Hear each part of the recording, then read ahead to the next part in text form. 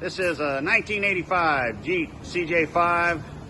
It has a 302 Ford in it. We just did a nice 2.5-inch exhaust system all the way from the headers back with the Flowmaster 40 mufflers. Come right off his shorty headers. Nice and tight in here. Not a lot of room on these Jeeps. Customer's got it all customized. Should give us some good sound. Let's see what it sounds like.